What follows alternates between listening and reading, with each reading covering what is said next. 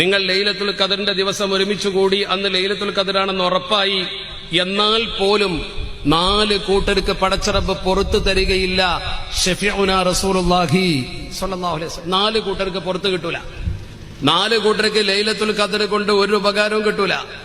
അന്ന് ലൈലത്തുൽ ഖദർ ആണെങ്കിലും ശരി, നിങ്ങൾ ലൈലത്തുൽ ഖദർ നേടിയാലും ശരി, നേരം വെളുക്കുവോളം പള്ളിയിലിരുന്നു കൊണ്ട് നിങ്ങൾ കട്ടപ്പെട്ട് പ്രാർത്ഥിച്ചാലും നിസ്കരിച്ചാലും ശരി, അല്ലാഹു സുബ്ഹാനഹു വ തആല അവർക്ക് പുറത്തു അർബഅത്തുൻ ലാ യുഗ്ഫറു ലഹും 4 കൂട്ടർക്ക് പടച്ചറബ് പുറത്തു കൊടുക്കൂല. ഫീ ലൈലത്തുൽ ഖദർ, ലൈലത്തുൽ ഖദറിൽ. നോക്കണം നിങ്ങൾ, ആരാണ് ആ 4 പേർ?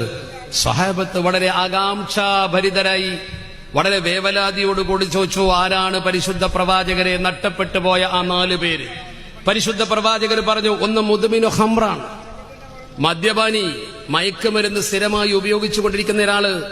അയാൾ ഒരു ദിവസം നന്നാകാൻ വേണ്ടി മാത്രം പള്ളിയിൽ വന്നിട്ട് പ്രത്യേക പ്രയോജനമൊന്നുമില്ല. മുദ്മിന ഖംറായ മനുഷ്യന് പടച്ചറബ് പുറത്തു കൊടുക്കൂല, ഉറപ്പാ. ഒരു കാലത്തും അവന് പുറത്തു കൊടുക്കൂല.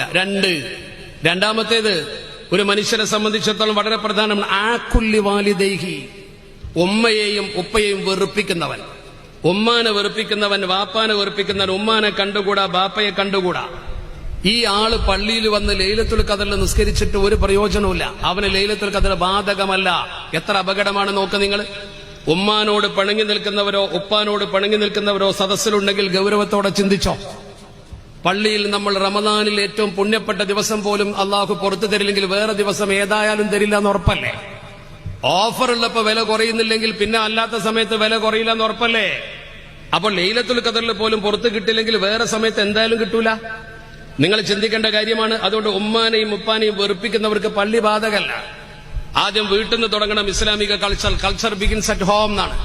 ഇസ്ലാമിന്റെ സംസ്കാരം വീട്ടിൽ നിന്ന് പഠിച്ചു തുടങ്ങണം. നിങ്ങൾ ഉമ്മയെയും ഉപ്പയെയും മാനിക്കണം. ഉമ്മ പ്രായമായാൽ പരിഗണിക്കണം. അബൂബക്കർ ഹാജി കണ്ടോ, വയസ്സായ ഉമ്മ പരിപാലിച്ചു, മരിച്ചപ്പോ ഉമ്മാക്കൊരു പള്ളി തന്നെ എടുത്തു കൊടുത്തു. ഫാത്തിമ എന്ന പേരിട്ടു ഉമ്മാന്റെ പേരിൽ. എന്തൊരു മനോഹരമാണത്, ചിന്തിക്കണം നിങ്ങൾ. അതുപോലെ തിരിച്ചു ചിന്തിക്കുക. രണ്ടാമത്തൊന്നെന്താണ്? ആകുല്ലി വാലിദൈഹി.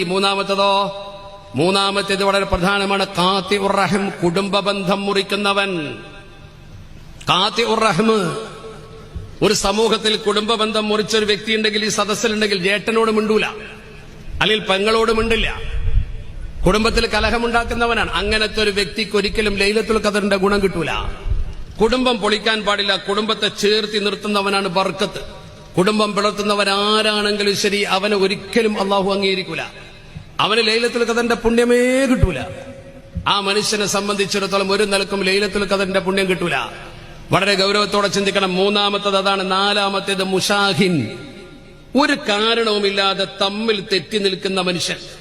ശറഈയായ കാരണമില്ലാതെ ഒരു മുസ്ലിമിനോട് തെറ്റി നിൽക്കുക, അവനോട് ഒരു ബന്ധമല്ല. അയൽവാസിയോട് തെറ്റി, അല്ലെങ്കിൽ തന്റെ പരിചയമുള്ള ഒരാളോട് തെറ്റി. ഒരു കാര്യമല്ല തെറ്റാൻ. എന്താ കാരണം? ചിലപ്പോൾ കല്യാണത്തിന് വിളിച്ചിട്ടുണ്ടാവില്ല, അത്രേ ഉണ്ടാവുള്ളൂ. അല്ലെങ്കിൽ ഇവൻ ഉദ്ദേശിച്ച എന്തെങ്കിലും ഒരു കാര്യം അവൻ നടത്തി തന്നിട്ടുണ്ടാവില്ല, വെറുതെ തെറ്റുക. കള്ളു കുടിക്കുന്ന ഒരു മനുഷ്യനാണെങ്കിൽ ചിലപ്പോൾ അവനോട് പിണങ്ങേണ്ടി വരും. നിസ്കരിക്കാത്തൊരു മനുഷ്യനാണെങ്കിൽ അവനോട് പിണങ്ങേണ്ടി വരും. അതൊന്നുമല്ല. ഒരു ശറഈയായ കാരണവുമില്ലാതെ മുഅ്മിനായ ഒരു മനുഷ്യൻ മറ്റൊരു മുഅ്മിനായ മനുഷ്യനോട് പിണങ്ങി നിൽക്കുന്നുണ്ടെങ്കിൽ ആ വ്യക്തിയുടെ ദുആക്ക് ഉത്തരം കിട്ടൂല, ലൈലത്തുൽ ഖദർ കിട്ടൂല. എത്ര ഗൗരവാ നിങ്ങൾ നോക്ക്. എന്താ ഇതൊക്കെ സൂചിപ്പിക്കുന്നത്? ഇതൊക്കെ സൂചിപ്പിക്കുന്നത് ബന്ധങ്ങൾ ചേർത്തി നിർത്തണം എന്നാണ്. ബന്ധങ്ങൾ സുദൃഢമാക്കാൻ തന്നെയാണ് പള്ളി. എന്തിനാണ് മുസ്ലിങ്ങൾക്കൊരു മഹല്ല്? എന്തിനാണ് ഒരു ഖാദി? എന്തിനാണ് ഒരു പള്ളി? എല്ലാവരും ചേർന്ന് ഇങ്ങനെ സഫായി നിന്ന് നിസ്കരിക്കുന്നു. വീട്ടിലെ ഓരോ പ്രതിനിധികൾ അങ്ങനെ നിസ്കരിക്കുന്ന സമയത്ത് ഒരാളെ കാണാനില്ല. ഒരു ദിവസം സ്ഥിരമായി ജമാഅത്തിന് വരുന്ന ഒരാളാ. അപ്പൊ ആളുകൾ അന്വേഷിക്കും, അവനെവിടെ? അവന് രോഗമാണ്. എന്നാൽ പോയി സന്ദർശിക്കും, അതിന് കൂലിയിട്ടു. അവന് സാമ്പത്തിക ബുദ്ധിമുട്ടുണ്ട് ചികിത്സിക്കാൻ, എന്നാൽ നമ്മളൊക്കെ കൂടി ഒന്ന് നോക്കാന്ന് പറയും. അങ്ങനെ ഒരു കൂട്ടായ്മ രൂപപ്പെടും, ഒരു പരസ്പര സഹായം രൂപപ്പെടും. അതാണ് സമൂഹത്തിൽ സോഷ്യൽ കമ്മിറ്റ്മെന്റ്. ഇസ്ലാം എന്ന് പറഞ്ഞാൽ അങ്ങനെയാണ്. നമ്മുടെ നിസ്കാരമാണെങ്കിലും നോമ്പാണെങ്കിലും സക്കാത്താണെങ്കിലും ഹജ്ജാണെങ്കിലും ഒക്കെ അങ്ങനെ തന്നെയാണ്. നമ്മുടെ നിസ്കാരം നോക്ക് നിങ്ങൾ. നമ്മൾ നിസ്കരിക്കുമ്പോൾ ജമാഅത്തായിട്ട് നിസ്കരിക്കുമ്പോൾ കൂടുതൽ പ്രതിഫലമുണ്ട്. ഈ പള്ളിയിൽ നിങ്ങൾ നിസ്കരിക്കുമ്പോൾ ഫാത്തിഹ നിർബന്ധമാണല്ലോ. ഫാത്തിഹയുടെ ഒരക്ഷരം പിഴച്ചാൽ നിസ്കാരം പോയി. നേരെ മറിച്ച് ജമാഅത്തായിട്ട് നിസ്കരിക്കുന്ന സമയത്ത് ഒരാൾ വൈകി വന്ന് തുടർന്നു, ഇമാമ് റുക്കോയിലാണ്, ഉയർന്നിട്ടില്ല, അയാൾ വേഗം തക്ബീർ കെട്ടി കൂടെ കൂടി റുക്കോൾ ശരിക്ക് കിട്ടിയാൽ ആ മനുഷ്യനെ സംബന്ധിച്ചിടത്തോളം ആ റക്അത്ത് കിട്ടി. ഫാത്തിഹ അല്പം പോലും വേണ്ട. എന്തേ കാരണം? അത് കൂടി നിന്നപ്പോൾ കിട്ടിയൊരു ഗുണമാണ്, ജമാഅത്തിന്റെ പ്രതിഫലമാണ്. അതാണ് നമ്മൾ മനസ്സിലാക്കേണ്ടത്. അപ്പൊ ഇത് കൂടി നിൽക്കുമ്പോൾ ഗുണമുള്ള ഒരു കാര്യമാണ്. ഒറ്റക്ക് നിസ്കരിക്കുന്നതിനേക്കാൾ പള്ളിയിലാകുമ്പോൾ കൂലി കൂടുതൽ, ജമാഅത്താകുമ്പോൾ അതിലും കൂടുതൽ. നിങ്ങൾ മനസ്സിലാക്കേണ്ട ഏറ്റവും പ്രധാനപ്പെട്ട കാര്യമല്ലേ ഇത്? ചിന്തിച്ചു നോക്ക് നിങ്ങൾ. അതുപോലെ നോമ്പ് നോക്കൂ. എല്ലാവർക്കും നോമ്പ് നിർബന്ധമില്ല. ഈ സദസ്സിൽ എല്ലാവർക്കും നോമ്പ് നിർബന്ധം ഉണ്ടാവില്ല. നോമ്പ് നിർബന്ധമുള്ള ഒരാൾ തന്നെ അയാൾക്ക് രോഗം കാരണം നോമ്പ് നോൽക്കാൻ കഴിയില്ലെങ്കിൽ പാവപ്പെട്ടയാൾക്ക് മുദ്ദ് കൊടുത്താൽ മതി. ഒരു നോമ്പിനൊരു മുദ്ദ് 800 മില്ലി ലിറ്റർ ഭക്ഷ്യധാന്യം ഒരു ഫക്കീറിന്, പാവപ്പെട്ടവന് കൊടുത്ത് അവനെ തീറ്റിയാൽ എന്റെ നോമ്പിന്റെ ഫലമായി. വേറൊരാൾ ഭക്ഷണം കഴിച്ചാൽ എന്റെ നോമ്പായി എന്ന് പറഞ്ഞാൽ എന്താ അതിന്റെ അർത്ഥം? മറ്റുള്ളവനോടുള്ള കടപ്പാട് ഇബാദത്താവുകയാണ്. അങ്ങനത്തെ ഒരു മതമാണിത്. സക്കാത്ത് എല്ലാവരും കൊടുക്കേണ്ട കാര്യമില്ല. സക്കാത്ത് കഴിവുള്ളവന് കൊടുത്താൽ മതി. ഞാൻ ഉണ്ടാക്കിയ സമ്പത്ത് എന്റെ കയ്യിൽ നിന്ന് ഒരു പാവപ്പെട്ടവന് കൊടുത്തിട്ടില്ലെങ്കിൽ എന്റെ ഈ പൈസ ഹറാമായി. അത് സോഷ്യൽ കമ്മിറ്റ്മെന്റ് ആണ്. എന്റെ പണം ശുദ്ധമാകണമെങ്കിൽ എന്റെ പണം ഒരു പാവപ്പെട്ടവന് എത്തിച്ചു കൊടുത്തിരിക്കണം. കണ്ടോ പരസ്പര ബന്ധം. ഹജ്ജ് എന്ന് പറഞ്ഞാൽ വലിയൊരു കർമ്മമാണ്. ഹജ്ജിൽ എനിക്കൊരു പാകപ്പുഴ പറ്റിയാൽ ആടിന് അറുത്ത് പാവത്തിന് കൊടുക്കണം. അവൻ ആടിന്റെ ഭക്ഷണം കഴിക്കുമ്പോൾ എന്റെ ഹജ്ജ് പൂർണ്ണമാവുകയാണ്. നോക്ക് നിങ്ങൾ, മറ്റുള്ളവരെയും കൂടി കൂട്ടിച്ചേർക്കുന്ന ഒരു മതമാണ് നമ്മുടേത്. അതുകൊണ്ട് നമുക്ക് കൂടിച്ചേരാനുള്ള കേന്ദ്രമാണ് പള്ളി. മനസ്സിനെ ശുദ്ധീകരിക്കാനുള്ള കേന്ദ്രമാണ് പള്ളി.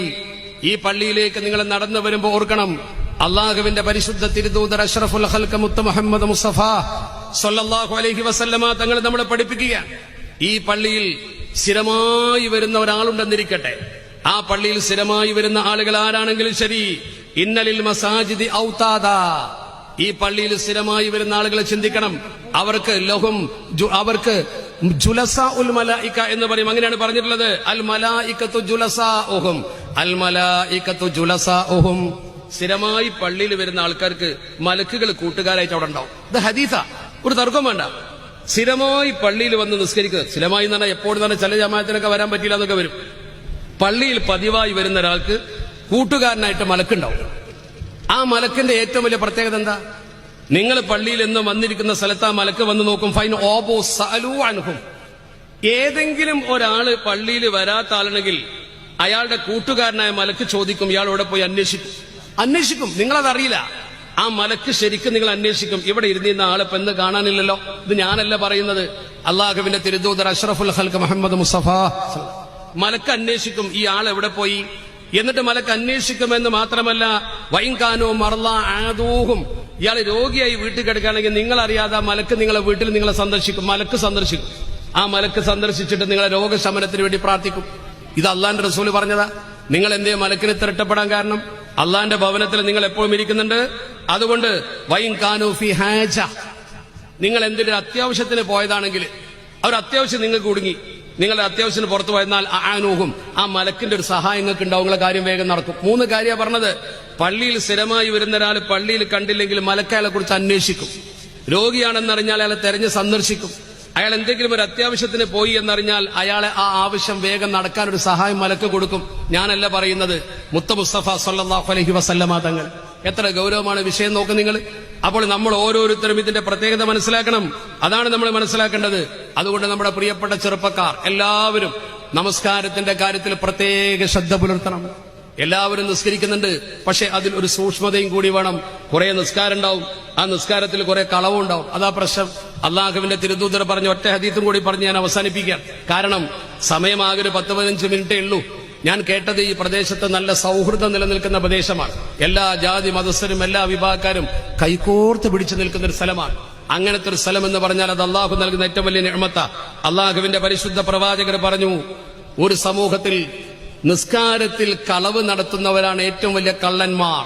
മുത്തനബിയുടെ ഹദീസ, ഇന്ന അസ്വ അന്നാസി സരിക്കത്തൻ അല്ലദീ യസ്രികു മിൻ സ്വലാത്തിഹി. കള്ളന്മാരിൽ വെച്ച് ഏറ്റവും വലിയ കള്ളൻ നിസ്കാരത്തിൽ കക്കുന്നവനാണ്.